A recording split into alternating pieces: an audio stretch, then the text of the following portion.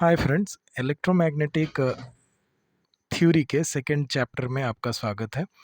इस चैप्टर में हम लोग फ्री स्पेस से इलेक्ट्रोमैग्नेटिक वेव के प्रोपागेशन को पढ़ेंगे।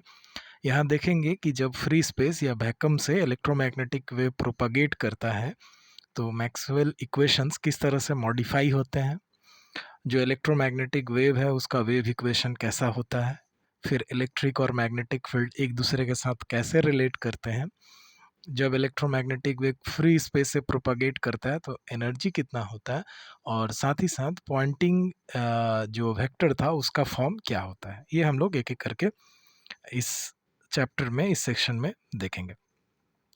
तो उसके पहले हम लोग कुछ बेसिक कंसेप्ट समझ लेते हैं।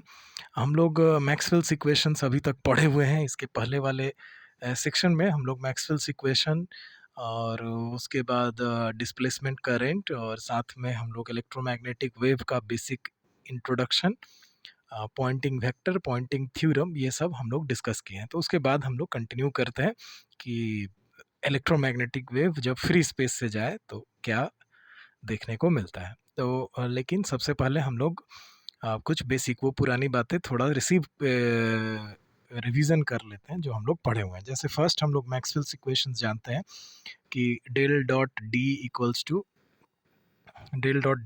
टू हम लोग जानते हैं कि del dot D equals to rho होता है, या del dot E equals to rho by epsilon होता है।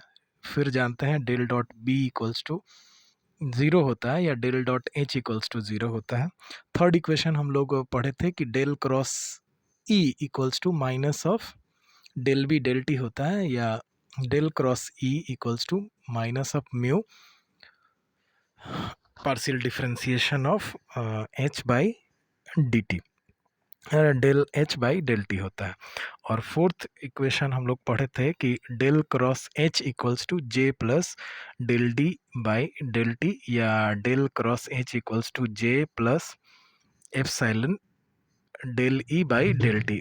यही हम लोग, इसी में हम लोग एम्पियर्स सर्किटल लॉ का ये करेक्शन था। तो ये हम लोग को याद है बातें। तो हम लोग को याद रखना यही, del dot E equals to rho by epsilon, del dot H equals to zero. फिर ये फॉर्म याद रखना है, del cross E equals to minus of mu del H by del T, del cross H equals to J plus epsilon del E by del T, या ये सब form del dot D equals to rho del dot B equals to zero, या del cross E equals to minus of del B by del T, del cross H equals to जेल J plus del D by del T. जहाँ पर हम लोग सब terms जानते हैं, E electric field है, एच मैग्नेटिक फील्ड है, रो जो हम लोग का चार्ज डेंसिटी है, एप्सिलॉन हम लोग जानते हैं एब्सोल्यूट परमिटिविटी है, म्यू जो है एब्सोल्यूट परमियाबिलिटी है, जे जो हम लोग का करंट डेंसिटी है, ठीक है, डी डिस्प्लेसमेंट करंट है। ये सब बातें हम लोग पहले से जानते हैं, ठीक ना। बी से मैग्नेटिक फील्ड, एच से मैग्नेटिक इंटेंसिटी, ये सब हम लोग जानते हैं। तो अब और कुछ इस चैप्टर में और हम लोग को कुछ वेक्टर आइडेंटिटीज़ का भी यूज़ करना है। कुछ वेक्टर आइडेंटिटीज़ भी काम में लगाएंगे।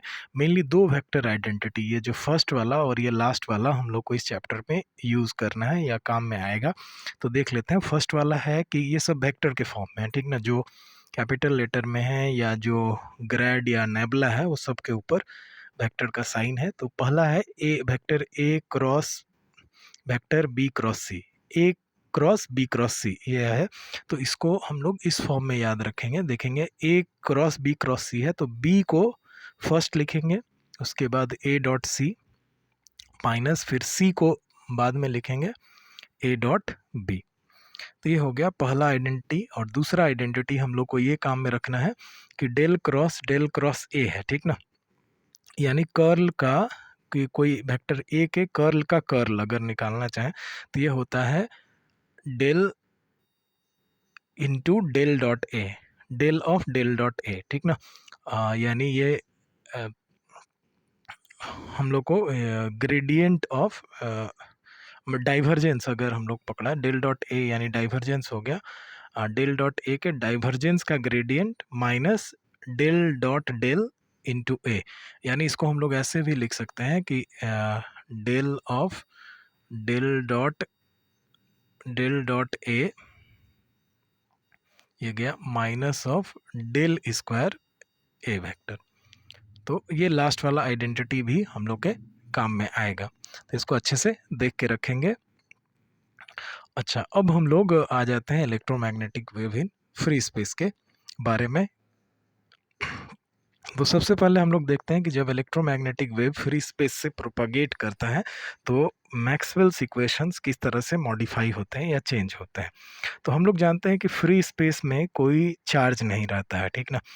फ्री स्पेस में कोई चार्ज एग्जिस्ट नहीं कर सकता है, यानी वहाँ पर चार्ज डेंसिटी जीरो होगा, और साथ ही साथ चार्ज नहीं है तो करंट भी जीरो होगा, तो यानी करंट डेंसिटी भी जीरो होगा। तो रो जीरो और जे जीरो। तो इस हिसाब से मैक्सवेल्स इक्वेशंस किस तरह से मॉडिफाई हो जाएंगे। तो फर्स्ट मैक्सवेल इक्वेशन हम लोग देखे थे वो था del dot E equals to, देखिए ये वाला फर्स्ट वाला, यहाँ से अगर हम लोग ये देखा जाए first equation del dot E equals था रो बाई एप्सिलॉन, तो यहाँ से रो जीरो हो जाएगा, यानी del dot E equals to zero हो जाएगा।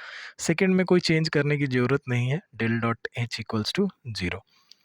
तो ये फर्स्ट इक्वेशन, ये सेकेंड इक्वेशन। थर्ड इक्वेशन में देखते हैं, हम लोग जानते हैं कि वैक्यूम में ये जो परमियाबिलिटी है वो म्यू जीरो से रिप्रेजेंट करते हैं, अब परमिटिविटी है उसको एप्सिलॉन जीरो से रिप्रेजेंट करते हैं, ठीक ना।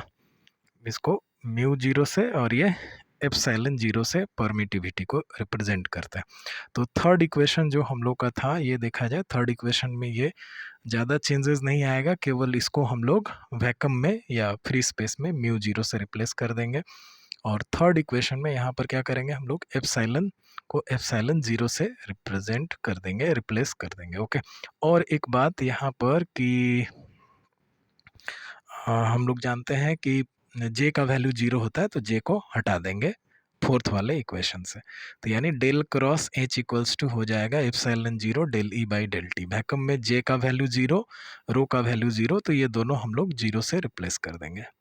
ओके, तो ये इक्वेशन हो गए हम लोग के वैक्यूम में। फर्स्ट हो गया del dot E equals to zero, second हो गया del dot H equals to zero, third हो गया del cross E equals to minus of mu zero del H by del T, और फोर्थ हो गया हम लोग का del cross H equals to epsilon zero del E by del T. तो जब कोई ये हो गया कि फ्री स्पेस में मैक्सवेल्स इक्वेशंस या वैक्यूम में मैक्सवेल्स इक्वेशंस के फॉर्म, ये चार इक्वेशन हो गए वैक्यूम में। अब देखते हैं कि वेव इक्वेशन का क्या फॉर्म होता है जब कोई इलेक्ट्रोमैग्नेटिक वेव फ्री स्पेस से प्रोपागेट करती है तब। तो इसके लिए हम लोग क्या करेंगे, फर्स्ट जो इक्वेशन नंबर 3 है,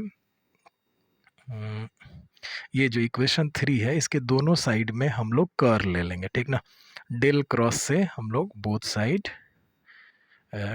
साइड डेल क्रॉस से मल्टीप्लाई कर देते हैं, या डेल दोनों साइड हम लोग कर्ल ले लेते हैं। तो इधर हो जाएगा डेल क्रॉस ई, और इधर क्या किए हम लोग, ये म्यू जीरो और डेल बाई डेल टी को बाहर रख दिया, और ये एच वेक्टर के साथ हम लोग कर्ल को ले लिया। ओके, अब हम लोग ये वेक्टर आइडेंटिटी अभी हम लोग थोड़ा देर पहले ही समझे थे वो यूज़ करेंगे। ये वाला वेक्टर आइडेंटिटी देखिए, लास्ट वाला जो था कि del of del dot A minus del square A vector अगर डेल क्रॉस ए रहे तब। तो यहाँ पर भी यही काम हम लोग करेंगे। यहाँ पर क्या हो गया, del of del dot E हो गया माइनस डेल स्क्वायर ई हो गया, ठीक है। इसको एज इट इज़ उतार दिया गया। अब हम लोग इक्वेशन 1 से जानते हैं कि डेल डॉट ई का वैल्यू क्या होता है, जीरो, तो ये वाला टर्म जीरो हो जाएगा, ये एज इट इज़ चला आएगा। फिर हम लोग जानते हैं इक्वेशन 4 से कि del cross H equals to, अभी देखें कि del cross H equals to हम लोग का हो गया epsilon zero del E by del T. तो बस यहाँ पर हम लोग डेल क्रॉस एच को एप्सिलॉन जीरो और डेल ई बाई ये del E by del T से रिप्लेस कर देंगे। तो यहाँ पर अगर del E by del T रखेंगे तो ये डबल डिफ्रेंसिएशन हो जाएगा, del square E del T square. Okay, अब इसको हम लोग थोड़ा सा मॉडिफाई और कर लेंगे। ये डेल स्क्वायर ई इसको इक्वेशन के इस साइड कर देंगे, तो del square E minus epsilon zero mu zero del square E del T square हो जाएगा, ठीक ना।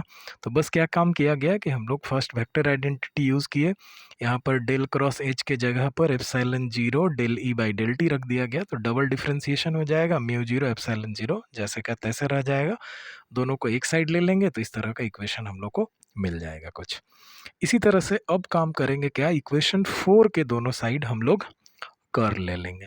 तो ये इक्वेशन 4 हम लोग को दिमाग में है, ये वाला इक्वेशन है, इसके दोनों साइड कर्ल ले लेते हैं। यहाँ पर भी फिर क्या करेंगे, ई के साथ कर्ल को रखेंगे, तो ये ले लिया गया, एकदम सेम वेक्टर आइडेंटिटी ये यूज़ करके इस तरह से लिखा गया, ये एज इट इज़ उतार दिया गया। फिर ये इक्वेशन 2 के हिसाब से del dot H equals to 0 है, तो वो 0 हो जाएगा, केवल ये फॉर्म हम लोग का रह जाएगा। यहाँ पर क्या किया गया, डेल क्रॉस ई के जगह पर ये हम लोग का इक्वेशन नंबर जो 3 था, वहाँ से minus mu zero del H by del T रख दिया गया। तो यहाँ से minus mu zero del H by del T को हम लोग एज इट इज़ यहाँ पर रख देंगे। इक्वेशन डेल क्रॉस एच ये वाला से इक्वेशन 4 से epsilon zero del E by del T को रख देंगे, ठीक ना। तो यहाँ पर हम लोग डेल क्रॉस ई के जगह पर डेल क्रॉस ई के जगह पर epsilon zero del H by del T को रख देंगे, तो यहाँ पर भी फिर डबल डिफ्रेंसिएशन हो जाएगा, तो माइनस, और ये जीरो हो गया, तो ये डेल स्क्वायर एच ये हो गया minus mu epsilon zero mu zero del square H del T square, एकदम जैसे फर्स्ट वाला इक्वेशन में हो उसी तरह से दोनों को एक साइड कर लिया गया, तो ये हम लोग का इक्वेशन चलाया गया। तो देख रहे हैं कि इलेक्ट्रिक फील्ड में इसी तरह का इक्वेशन है, और ये मैग्नेटिक फील्ड वाले में भी इसी तरह का इक्वेशन है, ठीक ना। ये दोनों कैसे इक्वेशंस है, वेव इक्वेशंस है, ठीक ना। वेव का इक्वेशन कुछ इसी तरह से हम लोग को मिल रहा था, इसी फॉर्म में मिल रहा था, तो ये हम लोग का वेव इक्वेशन हो गया for electromagnetic wave propagating through free space. Okay, तो दोनों में बस यही किया गया कि इक्वेशन फर्स्ट में क्या किया गया कि इक्वेशन 3 के दोनों साइड कर ले लिया गया, उसके बाद हम लोग जो वेक्टर आइडेंटिटी था उसको तोड़कर लिखा गया, डेल डॉट ई के जगह पर 0 रख दिया गया, और डेल क्रॉस एच के जगह पर ये वैल्यू पुट कर दिया गया। इसी तरह से जब इसको कर लेंगे तब डेल डॉट एच के जगह पर 0 और ये आइडेंटिटी यूज़ करेंगे, तो हम लोग का सिंपल फॉर्म चलाएगा, एकदम सिंपल है, इसको अच्छे से थोड़ा सा समझ लेंगे हम लोग। अच्छा, अब हम लोग का काम है कि वेव वेलोसिटी कितना होगा।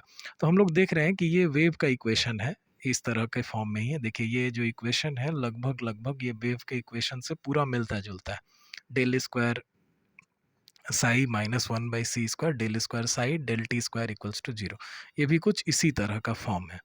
तो अगर ये और ये भी उसी तरह का फॉर्म है, तो दोनों को अगर कंपेयर किया जाए तो हम लोग देख रहे हैं कि यहाँ पर कि 1/c स्क्वायर की जगह पर दोनों केसेस में हम लोग का मिल जा रहा है म्यू जीरो और एप्सिलॉन जीरो, इधर भी mu zero into epsilon zero मिल जा रहा है, यानी c का वैल्यू जो होगा वो हो जाएगा हम लोग का 1/√ऑफ म्यू जीरो एप्सिलॉन जीरो।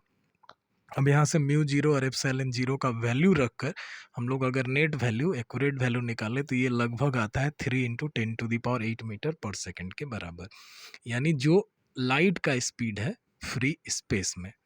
तो इससे पता चल रहा है कि ये वेव इक्वेशन किसके लिए निकाले हम लोग, इलेक्ट्रोमैग्नेटिक वेव जब कोई वैक्यूम से प्रोपागेट कर रहा है तब, यही ना हम लोग देख रहे हैं।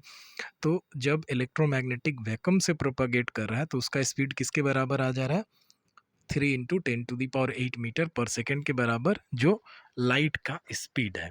तो ये इंडिकेट कर रहा है कि इलेक्ट्रोमैग्नेटिक वेव जब फ्री स्पेस से प्रोपागेट करता है तो वो ये प्रोपागेट जब इलेक्ट्रोमैग्नेटिक वेव फ्री स्पेस से प्रोपागेट करता है तो वो एकदम लाइट के इक्विवेलेंट है, या वो लाइट ही है, या दूसरे वर्ड में ऐसे भी कहा जा सकता है कि लाइट जो है वो एक तरह का इलेक्ट्रोमैग्नेटिक वेव है। ओके, अब हम लोग देखेंगे कि प्लेन वेव सोल्यूशन, जो हम लोग के इक्वेशंस आए, डिफरेंशियल इक्वेशंस जो हम लोग के आ गए, ये एक फॉर्म आया इन terms of magnetic field. Last वाला जो इक्वेशन है हम लोग का इक्वेशन नंबर 6, ये मैग्नेटिक फील्ड के टर्म में, और इधर वाला जो इक्वेशन है लास्ट वाला वो आ गया हम लोग का इलेक्ट्रिक फील्ड के टर्म में। ठीक है, तो ये दोनों वेव इक्वेशन है, और वेव इक्वेशन का सोल्यूशन हम लोग जानते हैं किस फॉर्म में मिलता है, तो वही फॉर्म में बस हम लोग को लिख लेना है। जैसे इलेक्ट्रिक फील्ड वाले का हो जाएगा E equals to E0 e⁻j k dot r minus omega T, और e⁻j हम लोग जानते हैं वही साइन और कॉस वाले फॉर्म को कंबाइन करके हम लोग इस तरह से लिख देते हैं एक्सपोनेंशियल के फॉर्म में। तो उस तरह से अगर मैग्नेटिक फील्ड वाले का ले लिया जाए तो वो हो जाएगा H equals to H0 e⁻j k dot r minus omega T. ठीक ना, वेयर E0 और H0 क्या है, ये एम्पलीट्यूड्स हैं या कॉम्प्लेक्स एम्पलीट्यूड्स है। K को हम लोग वेव नंबर कहते हैं, वेव नंबर का वैल्यू हम लोग जानते हैं 2π/λ होता है, और यहाँ पर n कैप एक यूनिट वेक्टर है, और ऊपर नीचे हम लोग अगर न्यू से मल्टीप्लाई कर दिया जाए यानी फ्रिक्वेंसी से मल्टीप्लाई कर दिया जाए तो ये नीचे न्यू इंटू लैम्डा जो है वो सी में कन्वर्ट हो जाएगा, और ऊपर 2π न्यू जो है वो ओमेगा में कन्वर्ट हो जाएगा। हम लोग जानते हैं कि ये C इक्वल्स टू होता है हम लोग का न्यू इंटू लैम्डा, और ओमेगा इक्वल्स टू होता है 2π इंटू न्यू। तो बस ये यूज़ कर लिया गया, तो हम लोग K की जगह पर omega by C into N cap भी यूज़ कर सकते हैं। ठीक है, तो ये याद रखेंगे हम लोग प्लेन वेव सोल्यूशन। अच्छा, कहीं कहीं पर हम लोग को स्फेरिकल वेव सोल्यूशन भी पूछता है, तो हम लोग ये BSc फर्स्ट सेमेस्टर में ही हम लोग जानते हैं कि कोई एक वेव का स्फेरिकल सोल्यूशन कैसा होता है, बस वो फॉर्म हम लोग को लिख देना है। ठीक ना, 1/r² del by del r square del epsilon by del r minus 1/c² del square psi del T square equals to 0। ये साई जो है उसको हम लोग इलेक्ट्रिक फील्ड के फॉर्म में भी रिप्लेस कर सकते हैं या मैग्नेटिक फील्ड के फॉर्म में भी रिप्लेस कर सकते हैं। तो ये कॉमन फॉर्म हम लोग एक लिख सकते हैं। ठीक ना, अगर साई को साई डॉट बाई आर से रिप्लेस किया गया तो इसको हम लोग इस फॉर्म में भी लिखा जा सकता है, और इसका सोल्यूशन हम लोग psi dot equals to F1 ct minus R F2 ct plus R इस तरह के फॉर्म में लिख सकते हैं। और ये साई डैस्ट को अगर हम लोग साई इंटू आर से रिप्लेस करेंगे तो हम लोग को ये फॉर्म भी मिल जाएगा। तो ये कॉमन फॉर्म साई को हम लोग इलेक्ट्रिक फील्ड या मैग्नेटिक फील्ड के फॉर्म में भी लिख के कर सकते हैं। तो ये टॉपिक उतना ज़्यादा इम्पोर्टेंट नहीं है, बस ये कॉमन फॉर्म में लिखा गया है। तो अगर कभी आए कि इलेक्ट्रिक फील्ड या मैग्नेटिक फील्ड का स्फेरिकल फॉर्म लिखो, when electromagnetic wave propagates through vacuum, तब हम लोग क्या करेंगे, बस ये फॉर्म कॉमन फॉर्म लिख सकते हैं। केवल इलेक्ट्रिक फील्ड के फॉर्म में बोले तो साई को हम लोग ई से रिप्लेस कर देंगे, अगर मैग्नेटिक फील्ड के फॉर्म में बोले तो साई को हम लोग एच से रिप्लेस कर सकते हैं। ओके, तो ये हो गया हम लोग का spherical wave solution. Okay, next अब हम लोग देखेंगे आगे की जो बातें हैं उनको समझने के लिए हम लोग को दो ट्रिक याद रखेंगे। ट्रिक क्या है, बस ऐसे अगर मान लिया जाए कि किसी ऑपरेशंस में कहीं भी ऑपरेशंस आगे की तरफ जो भी हम लोग वेक्टर ऑपरेशंस देखेंगे वहीं वहाँ कहीं भी अगर डेल है तो उसको जे इंटू के वेक्टर से रिप्लेस करेंगे। के हम लोग समझे अभी थोड़ा देर पहले ही कि वेव नंबर है। ठीक ना, तो जे इंटू के वेक्टर से रिप्लेस करेंगे, और डेल बाई डेल टी है तो उसको माइनस जे इंटू ओमेगा से रिप्लेस करेंगे। ठीक ना, जे या ये जो जे है ये हम लोग का आइडेंटिटी वो हम लोग जानते हैं कॉम्प्लेक्स नंबर में पढ़े हैं कि √ऑफ -1 होता है, ये उसको हम लोग ले रहे हैं। ठीक ना, तो डेल जहाँ पर भी रहेगा उसको जे इंटू के कैप से, और डेल बाई डेल टी अगर डिफरेंशिएशन रहता है पार्शियल डिफरेंशिएशन तो उसको माइनस जे इंटू ओमेगा से रिप्लेस करेंगे। कैसे काम करता है ये थोड़ा समझते हैं। ठीक ना, ये एग्ज़ाम पर्पज़ के लिए नहीं है, बस इसको शो नहीं करना है, लेकिन जो इससे रिजल्ट्स आते हैं एकदम परफेक्टली एक्यूरेट आते हैं। ठीक ना, ओके, तो देखा जाए कैसे है, मतलब डायरेक्टली एग्ज़ाम में लिख के नहीं दिखाना है, साइड में आप ये रफ में करके उसके बाद जो फाइनल रिजल्ट है वो लिख सकते हैं। देखा जाए बहुत इजी होगा इससे हम लोग का आगे का कैलकुलेशन। तो देखते हैं, अब हम लोग देखेंगे कि जब इलेक्ट्रोमैग्नेटिक वेव फ्री स्पेस से जा रहा है तो अभी तक हम लोग निकाल लिए मैक्सवेल का इक्वेशंस कितना होगा, वेव इक्वेशन निकाल लिया गया, उसके बाद उसका सॉल्यूशन देख लिया गया, फिर हम लोग देख लें स्फेरिकल वेव इक्वेशन देख लिए। अब देखते हैं कि जब इलेक्ट्रोमैग्नेटिक वेव वैक्यूम से प्रोपागेट कर रहा है तो इलेक्ट्रिक फील्ड, मैग्नेटिक फील्ड और वो हम लोग का जो वेव नंबर था के, इन तीनों में क्या रिलेशन हो सकता है।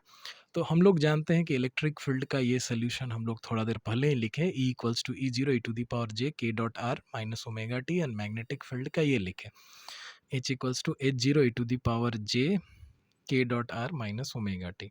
अब इनको del dot E equals to zero और del dot H equals to zero में पुट करते हैं।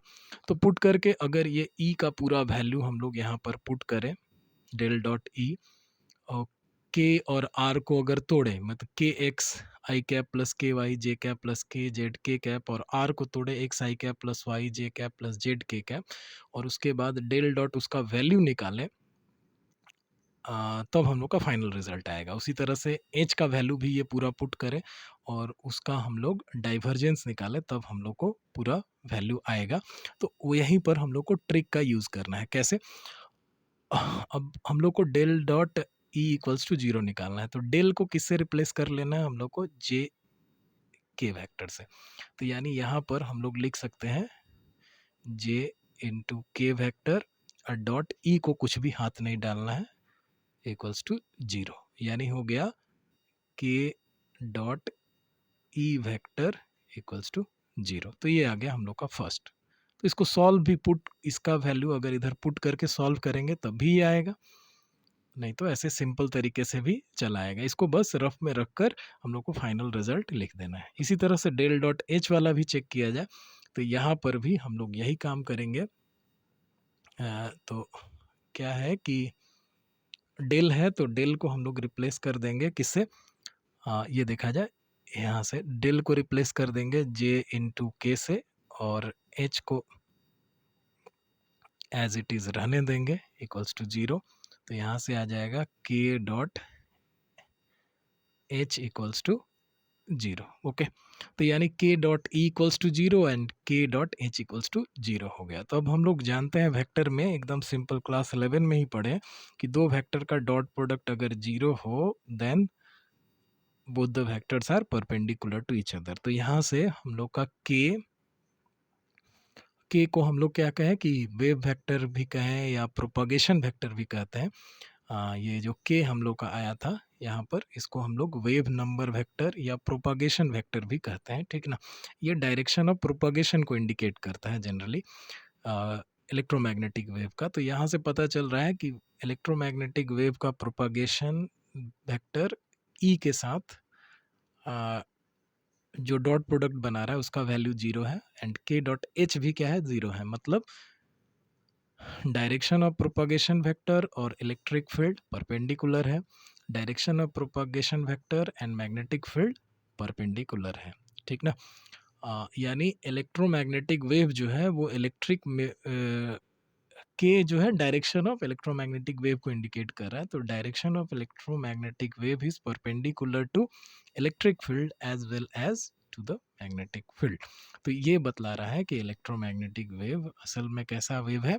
ट्रांसवर्स वेव है, ट्रांसवर्स नेचर शो करता है, ठीक है।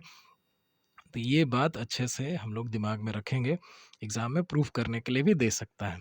अच्छा, इसको थोड़ा सा और हम लोग मॉडिफाई करके पढ़ सकते हैं, एक साथ तीनों को, मतलब ई एच और के रिलेशन को एक साथ पढ़ सकते हैं। थोड़ा सा हम लोग को और काम करना पड़ेगा। क्या? अब हम लोग देखते हैं कि ये प्लेन वेव सोल्यूशन देखें हम लोग, del cross E equals to इतना था and del cross H equals to इतना था। तो फिर अपना ट्रिक यहाँ पर काम लगाया जाए। तो फर्स्ट वाले में डेल को रिप्लेस कर देंगे जे इंटू के फैक्टर से, और सेकंड वाले में क्या करेंगे हम लोग? डेल बाई डेल टी को रिप्लेस कर देंगे माइनस जे ओमेगा से। देखिए ये माइनस जे ओमेगा से डेल बाई डेल टी को, ठीक ना। अगर हम लोग पुट करके निकाले तो वही आएगा, मतलब ई के जगह पर हम लोग को पुट करना है ये पूरा वैल्यू इतना, और एच के जगह पर पुट करना है ये वैल्यू। तो सॉल्व करेंगे, अगर एच के जगह पर वो पुट करेंगे तो इतना ही आएगा, और अगर हम लोग ये ई के जगह पर वो पूरा वैल्यू पुट करें तो इतना ही आएगा। तो यहाँ पर बस हम लोग ट्रिक को काम में लगाते हैं। डेल्टा को रिप्लेस कर दिया जे इंटू के वैक्टर से, क्रॉस ई रहने दिया गया, माइनस म्यू जीरो रहने दिया गया, डेल बाई डेल टी को माइनस जे ओमेगा से रिप्लेस कर दिया गया, एच को एज इट इज रहने दिया गया। तो यहाँ से देखिए क्या आ जाएगा, के, ये जे से जे कैंसिल हो जाएगा, माइनस माइनस प्लस हो जाएगा, तो K cross E equals to mu zero omega into H vector चला आया। इसी तरह से अब ऊपर वाले सेकंड वाले इक्वेशन में अगर हम लोग अपना ट्रिक काम लगाकर यूज़ करें तो ये क्या हो जाएगा, देखा जाए तो डेल के जगह पर जे इंटू के वेक्टर क्रॉस एच वेक्टर, और इधर की जगह पर एप्सिलॉन जीरो आ गया, और डेल बाई डेल टी के जगह पर माइनस जे ओमेगा ई वेक्टर आ गया। यहाँ पर भी जे से जे कैंसिल, यानी के क्रॉस एच इक्वल्स टू हो जाएगा minus mu zero omega into E zero. तो देखा जाए यहाँ से क्या पता चल रहा है कि K cross E equals to mu zero omega H के बराबर है। यानी क्या, अगर कोई एक प्लेन लिया गया इस तरह का, इसमें अगर इधर की तरफ के दिखा रहे हैं, इधर की तरफ ई वेक्टर है, ये के वेक्टर है, ये ई वेक्टर है, तो एच वेक्टर जो है इसके परपेंडिकुलर होगा। ओके, यानी के और ई जिस प्लेन पर है, एच वेक्टर उसके परपेंडिकुलर है, एच जो है वो के भी परपेंडिकुलर है, ई के भी परपेंडिकुलर है। और इधर से क्या पता चल रहा है कि जिस प्लेन पर अगर हम लोग का के वेक्टर एंड एच वेक्टर है, ई वेक्टर उसके परपेंडिकुलर है, डायरेक्शन बस नीचे की तरफ है। ओके, मतलब इससे ये भी पता चल रहा है कि E vector is perpendicular to K vector and H vector and also to the plane in which K and H are lying. Okay, तो यानी सब एक दूसरे के परपेंडिकुलर हैं, ठीक ना। तो एच परपेंडिकुलर है के और ई के, फर्स्ट इक्वेशन से पता चल रहा है। सेकंड इक्वेशन से क्या पता चल रहा है कि ई परपेंडिकुलर है के और एच के, ठीक ना। यानी ई एच जो है वो म्यूचुअली परपेंडिकुलर है ही, साथ ही साथ डायरेक्शन ऑफ वेव के भी, direction of propagation of wave के भी, यानी इलेक्ट्रोमैग्नेटिक वेव के डायरेक्शन के भी परपेंडिकुलर है। ठीक है, ये हो गया हम लोग का के एच और ई तीनों का रिलेशन।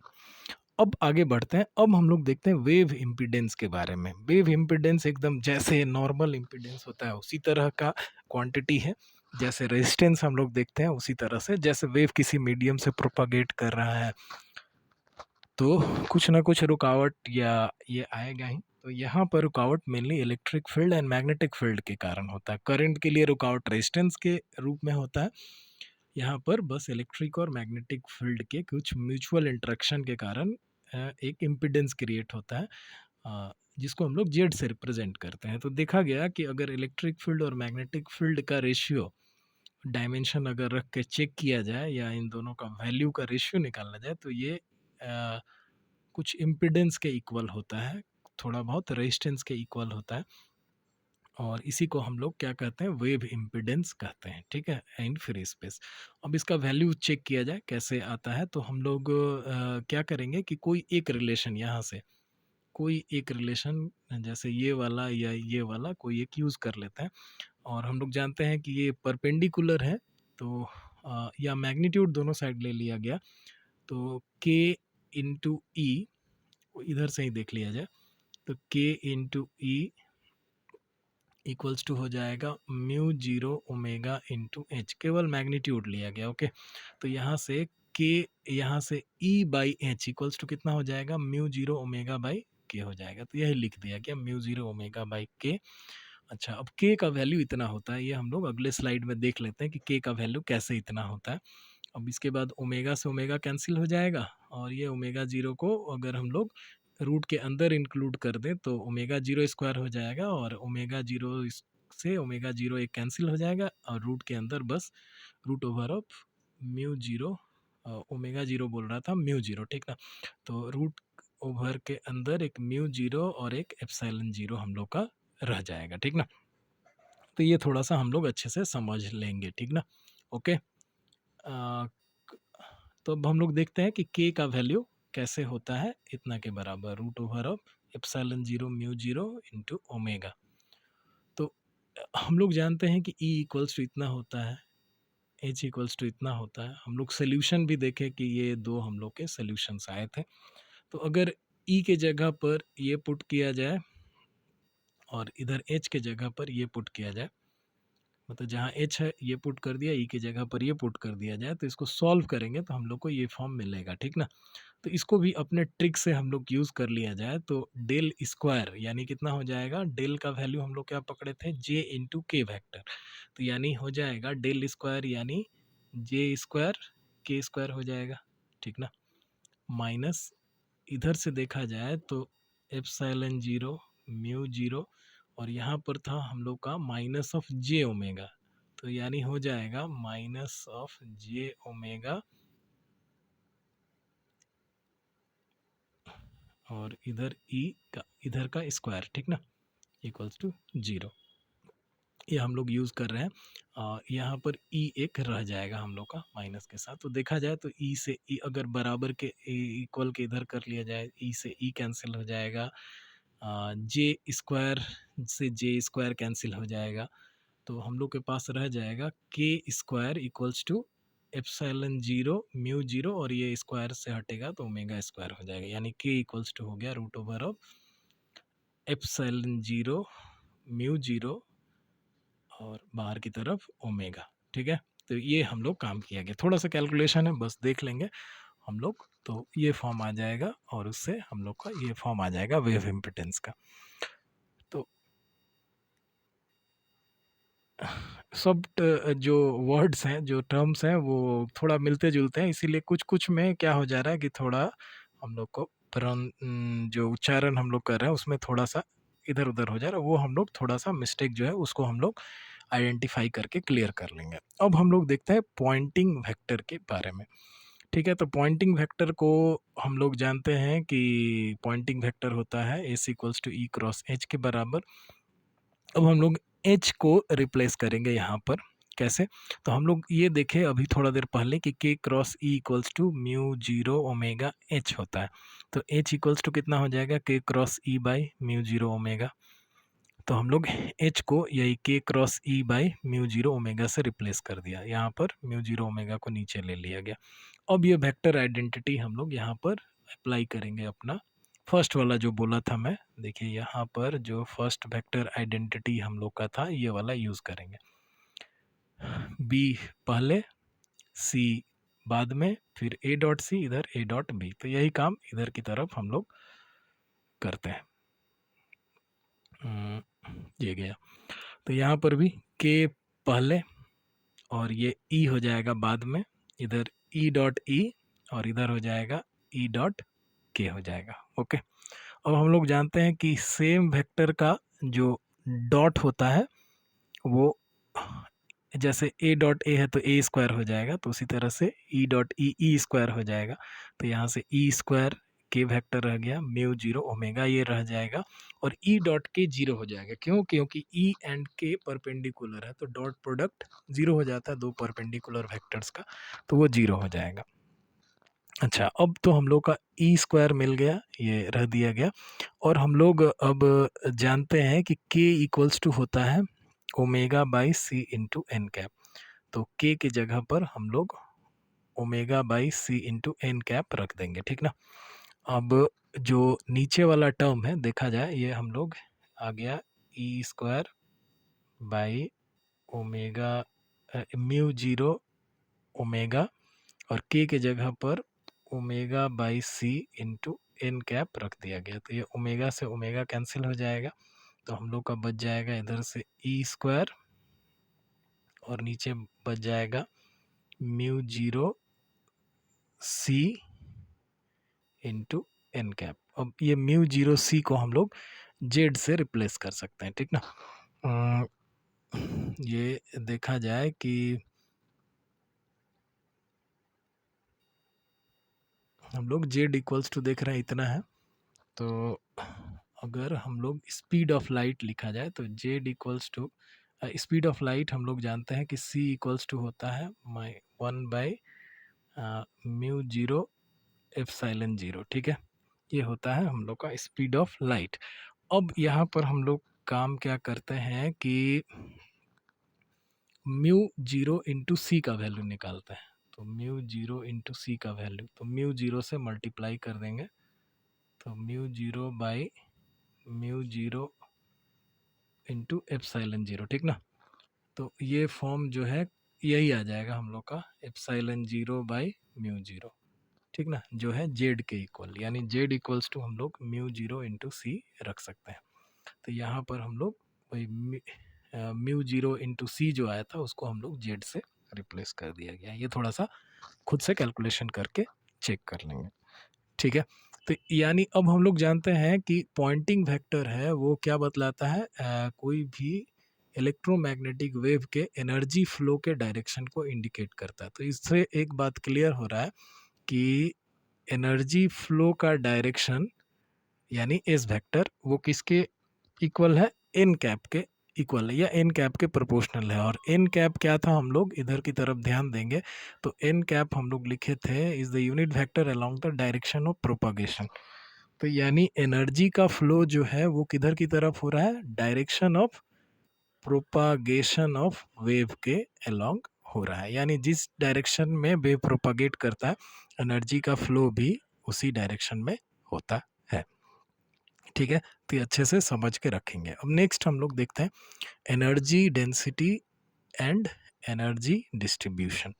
तो हम लोग अभी पढ़े कि ई और के जो है एक दूसरे के परपेंडिकुलर होते हैं, नॉर्मल होते हैं। तो ये रिलेशन हम लोग थोड़ा देर पहले ही डेराइव किए थे। तो यहाँ से अगर क्रॉस प्रोडक्ट हटाया जाए तो साइन 90 डिग्री आ जाएगा। ये मतलब मैग्नीट्यूड ले लिया गया, सिंपल सा बात ये है। अच्छा, उसके बाद के का वैल्यू भी हम लोग ये अभी प्रूफ किए थे कि root over of mu zero epsilon zero omega होता है। तो ये बस के का वैल्यू रिप्लेस कर दिया गया। दोनों साइड देखा जाए तो ओमेगा से ओमेगा कैंसिल हो जाएगा और उसके बाद ये म्यू जीरो और ये म्यू जीरो को एडजस्ट कर लेंगे तो हम लोग का इस साइड में बच जाएगा root over of epsilon zero into E vector और इस साइड में हो जाएगा root over of mu zero into H vector, ठीक है। अब दोनों साइड स्क्वायर कर लेते हैं और हाफ से मल्टीप्लाई कर देते हैं। तो ये हम लोग जानते हैं कि ये इलेक्ट्रोस्टैटिक एनर्जी डेंसिटी होता है, ये मैग्नेटोस्टैटिक एनर्जी डेंसिटी होता है। तो यानी जो एनर्जी का डिस्ट्रीब्यूशन है वो इलेक्ट्रिक फील्ड और मैग्नेटिक फील्ड में इक्वली हुआ है, क्या ये ना। टोटल एनर्जी जो है या मतलब देख रहे हैं कि इलेक्ट्रिक फील्ड के लिए जो एनर्जी जा रही है मैग्नेटिक फील्ड के लिए भी सेम एनर्जी जा रही है। यानी जो भी टोटल एनर्जी है वो इलेक्ट्रिक फील्ड में हाफ गया है और मैग्नेटिक फील्ड की तरफ हाफ गया है। इलेक्ट्रिक फील्ड और मैग्नेटिक फील्ड के द्वारा एनर्जी का शेयरिंग इक्वली हुआ है। अच्छा, अब टोटल एनर्जी डेंसिटी निकालते हैं। तो ये हो गया half epsilon zero E square electrostatic energy density, ये half mu zero H square magnetostatic energy density. अब हम लोग अभी देखें कि इसको इससे ये दोनों इक्वल है तो ये सेकंड वाले टर्म को हम लोग ये फर्स्ट वाले टर्म से रिप्लेस कर सकते हैं। तो ये दोनों जोड़ दिया जाए तो एप्सिलॉन जीरो ई स्क्वायर हो जाएगा, या अगर मैग्नेटिक फील्ड वाले टर्म से ही केवल रिप्लेस किया जाए तो ये हो जाएगा हम लोग का mu zero into H square हो जाएगा। तो ये हो गया हम लोग का total energy density in case of electromagnetic wave propagating through vacuum और फ्री स्पेस। अब हम लोग पॉइंटिंग वेक्टर देख लेते हैं in terms of total energy. ये टोटल का स्पेलिंग थोड़ा सा मिस्टेक हो गया है, वो करेक्शन कर लीजिएगा थोड़ा। हम लोग जानते हैं अभी प्रूफ किए कि S equals to E square by Z into N cap हुआ, ठीक ना। अब अभी थोड़ा देर पहले ही हम लोग पढ़े कि ये वाला जो लास्ट वाला एक्सप्रेशन आया था कि u इक्वल्स टू होता है एप्सिलॉन जीरो ई स्क्वायर। तो ई स्क्वायर इक्वल्स टू हो जाएगा u बाई एप्सिलॉन जीरो। तो यहाँ पर e के जगह पर वही u बाई एप्सिलॉन जीरो से रिप्लेस कर दिया गया। अब हम लोग z का वैल्यू भी इधर रख देंगे तो जो हो जाएगा root over of 1 by Z का वैल्यू हो जाएगा हम लोग का epsilon zero by mu zero, ठीक है। अच्छा, अब ये म्यू जीरो को अंदर की तरफ ट्रांसफर कर देंगे तो ये हम लोग का हो जाएगा u इंटू, अगर म्यू जीरो को अंदर ट्रांसफर कर दिया जाए तो epsilon zero into mu zero हो जाएगा, ठीक ना। एप्सिलॉन जीरो अंदर जाएगा तो एप्सिलॉन का स्क्वायर हो जाएगा, ऊपर एप्सिलॉन कैंसिल हो जाएगा तो ये हो जाएगा। तो ये स्पीड ऑफ लाइट के बराबर है या speed of electromagnetic wave in vacuum के बराबर है। तो ये हो जाएगा u, इसके जगह पर हो गया c और ये हो गया n कैप। तो यानी पॉइंटिंग वेक्टर इक्वल्स टू हो गया u c into n cap.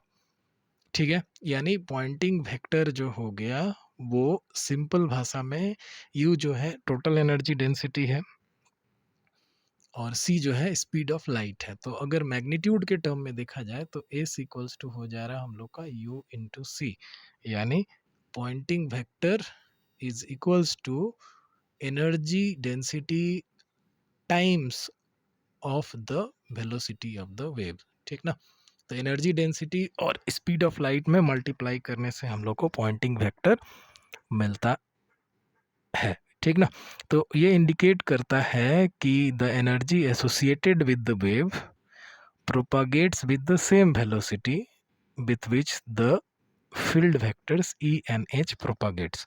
ये U जो है कितना वेलोसिटी से मूव कर रहा है, C वेलोसिटी से मूव कर रहा है। ठीक ना, और इलेक्ट्रिक फील्ड और मैग्नेटिक फील्ड भी है उसी वेलोसिटी से प्रोपागेट कर रहे हैं। ठीक है, तो ये पॉइंटिंग वेक्टर हो गया टोटल एनर्जी डेंसिटी के टर्म में। तो इस चैप्टर में बस इतनी ही बात हम लोग को समझनी थी। अब अगला जो चैप्टर होगा वो उसमें हम लोग वो कुछ वेक्टर पोटेंशियल, स्केलर पोटेंशियल और वो कुछ हम लोग कूलम्स, गॉज, ये सब चीज़ें पढ़ेंगे। और साथ में साथ हम लोग फर्स्ट और सेकंड चैप्टर्स के जो न्यूमेरिकल्स और इम्पोर्टेंट क्वेश्चंस है वो देखेंगे। तब हम लोग का थोड़ा बहुत सेक्शन जो है इलेक्ट्रोमैग्नेटिक वेव का कवर हो जाएगा। ठीक है, तो इसमें जो थोड़े बहुत एरर्स हुए हैं वो आशा करता हूँ आप लोग इजीली समझ जाएंगे। वो कुछ वर्ड एक कुछ जो सिंबल्स हैं एक जैसे हैं, तो वो थोड़ा उच्चारण में थोड़ा सा गड़बड़ी हो गया होगा, तो करेक्शन कर लीजिएगा। ज़रूर इस चैप्टर को पढ़ने के साथ साथ पेन पेपर लेकर लिखते हुए समझिएगा, तो एकदम इजी है, बहुत आसान है और बहुत इजी तरह से प्रत्येक इस वीडियो के प्रत्येक स्लाइड्स के साथ, इस वीडियो में प्रत्येक स्लाइड को अच्छे तरह से एक्सप्लेन करके समझाने का कोशिश किया गया। ठीक है, तो बस इतना ही, फिर मिलते हैं अगले वीडियो में। Thank you.